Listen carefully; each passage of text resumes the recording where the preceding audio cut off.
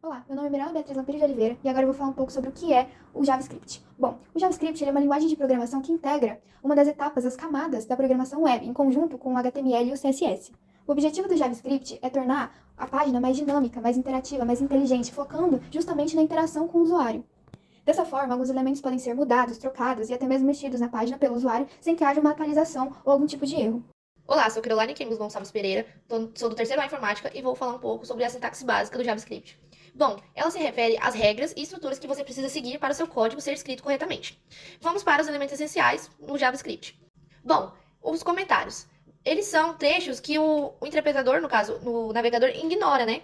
Eles são usados para explicar o código, tornando-os mais fáceis de entender para outros desenvolvedores, ou para mim mesma, né? No caso, temos aqui alguns exemplos que você pode ver isso é um comentário, tudo no meio é um comentário. Operadores. Um operator, no caso, um operador, ele é um símbolo matemático, que no caso, ele faz a soma de dois valores que produz um resultado para nós, ou variáveis, né? Temos a adição, com símbolozinho de mais, temos subtração, multiplicação e divisão, símbolos como um hífen, asterisco e barra, que eles fazem sua conta desejada, né? Atribuição, que no caso ela atribui um valor a uma variável igual um conte igual a zero, o símbolo é igual. Igualdade estrita, no caso, ela executa um teste para saber se os dois valores são iguais. Ele retorna um resultado true ou false, booleano, né? Os símbolos são três sinais de iguais. E a diferença é que eles são usados para comparar se dois valores são diferentes. O símbolo é uma exclamação e um sinal de igual. E no caso, se vir dois resultados diferentes, ele vai dar true. Se vir dois resultados iguais, vai dar false. Bom, function. Bom, uma função é um bloco de código projetado para executar uma tarefa específica. No caso, as funções permitem que você divida seu código em partes menores e reutilizáveis, o que facilita a organização e a manutenção do código. No caso, está aqui alguns exemplos, igual o function somar, ele vai retornar o valor da soma, e o function alert, que ele vai mostrar essa mensagem para você. Olá, seja bem-vindo. Estruturas de controle de fluxo. As estruturas de controle de fluxo permitem que você controle a sequência de execução do código com base em condições específicas, como o if e o else. Ele executa um bloco de código se uma condição for verdadeira, e se a condição for falsa, ele pode executar em um bloco alternativo, no caso. E os twist, que no caso, ele executa um bloco de código entre vários blocos com base no valor de uma expressão. As variáveis e os tipos de dados do JavaScript. Bom, o JavaScript ele possui tipagem fraca, ou seja, não é necessário dizer o tipo de dado correspondente a uma variável, uma vez que ele interpreta isso automaticamente. As variáveis em si são declaradas utilizando a palavra-chave var, e é muito importante que elas sejam declaradas para que as operações futuras ocorram. Toda variável possui um identificador, um nome, e para que ela seja inicializada é importante atribuir algum valor a ela, caso contrário, ela vai ter valor indefinido. Algumas regras também são muito importantes para que se declare uma variável. É necessário que os nomes contenham somente letras, números ou underscores, que são barras, e que essas palavras ou nomes iniciem com uma letra, um underscore ou um cifrão.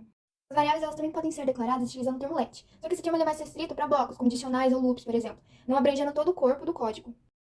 Os tipos de dados. Como eu disse anteriormente, não é necessário declarar o tipo de dado correspondente a uma variável, já que o JavaScript interpreta esses valores automaticamente. Sendo assim, eles possuem dois tipos principais de dados dentro do JavaScript, os tipos primitivos e os tipos objetos, uma vez que a linguagem JavaScript é uma linguagem de programação orientada a objetos. Os tipos primitivos. Dentro dos tipos primitivos, nós temos alguns que são os principais, ou seja, os mais usados. Eles são o boolean, que ele armazena valor de verdadeiro ou falso, ou seja, somente esses dois valores. Um definite, ou indefinido, que como o próprio nome já diz, para valores não definidos. O null, ele indica valores nulos, ou seja, a ausência de um valor. Já o number é utilizado para números, o string para textos e o symbol para os símbolos. O big int, por sua vez, ele é utilizado para valores numéricos maiores, concedendo um espaço maior para esses valores. Já nos tipos objetos, nós temos o array, que armazena valores em lista, ou seja, uma lista de valores. O object, que é usado para os objetos, e nele pode conter as propriedades dos métodos. O date, que também é muito utilizado, ele é indicado para horas e datas. Já o set para valores únicos. O function, como foi dito anteriormente, ele é utilizado para determinar as funções. Ora, veremos um exemplo de como as variáveis e os dados são empregados dentro do JavaScript. Como a gente pode ver na primeira imagem, nós temos o var, que é a palavra-chave de declaração da variável, o idade, que é o nome da variável, e o 15, que é o valor atribuído a essa variável. No segundo, nós temos o var, o nome, que é o nome da variável, e marina, que é o valor atribuído ao nome. Já na segunda imagem, nós podemos ver os dados correspondentes a essas variáveis. Na primeira variável, nós temos o number, um dado numérico, pois é o 15, e na segunda, nós temos um dado de tipo texto, que está apresentado entre aspas. Antes da gente apresentar o nosso código, eu vou falar um pouco sobre a relação entre o JavaScript e o HTML e como eles podem ser unidos. Essa relação ela ocorre de forma integrada, ou seja, o código em JavaScript está inserido no código HTML, ou externa, em que o código JavaScript está no arquivo JS separado, e dentro do HTML ocorre uma chamada que faz referência a esse arquivo. Bom, agora eu vou apresentar nosso código em HTML, CSS e logo depois em JavaScript, e mostrar como ele foi feito e como ele está. Né? Aqui nós temos desse lado a tela, né, a tela de como ficou a nossa página, e aqui o código. Bom, o código ele inicia com o título, né, o título que nós temos aqui em cima, que é o contador. Nós temos também aqui o link de referência para a página CSS. Então, ele entra na página CSS. E embaixo, a referência para a página em JavaScript. Que também entra na página de JavaScript. Aqui, nós temos, logo no início, uma div, uma class do tipo stick, do container stick, que é esse daqui de cima, que no CSS, ele está na posição stick, web stick. Faz com que ele fique fixo ó, no topo da página. Logo depois, nós temos o container, né, o container principal, que foi colocado em container para conseguir ter essa estilização central, que é o contador. Nós temos o título, o contador. E nós temos um span. Bom, o span é uma variável para um container genérico, né, que apresenta uma linha, um código fraseado. No caso, ele não tem uma natureza exata, né, ele não tem uma natureza própria, mas ele é utilizado para se fazer, colocar um valor ou uma frase e atua também como um container, depois fica mais fácil de estilizar. Então, quando você utiliza o span, no caso, o nosso zero, que é como inicia a nossa página, ele foi colocado no span e depois fica mais fácil para estilizar. Bom, logo embaixo nós temos os botões. Os botões, eles também estão em classes. Na classe decrease, o botão decrease, que é o de diminuir, reset, que é o de zerar, e o increase, que é de aumentar. Né? E eles depois vão ser resgatados dentro do JavaScript para poder fazer a movimentação, para poder fazer a dinamização, né, de aumentar, diminuir e zerar da página.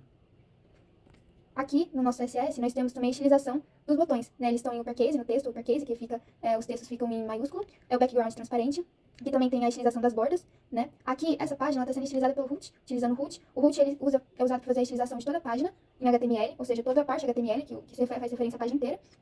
E, por último, no nosso HTML, nós temos o footer, que é o nosso rodapé, que tem aqui embaixo. Né? O rodapé, ele também foi estilizado em CSS.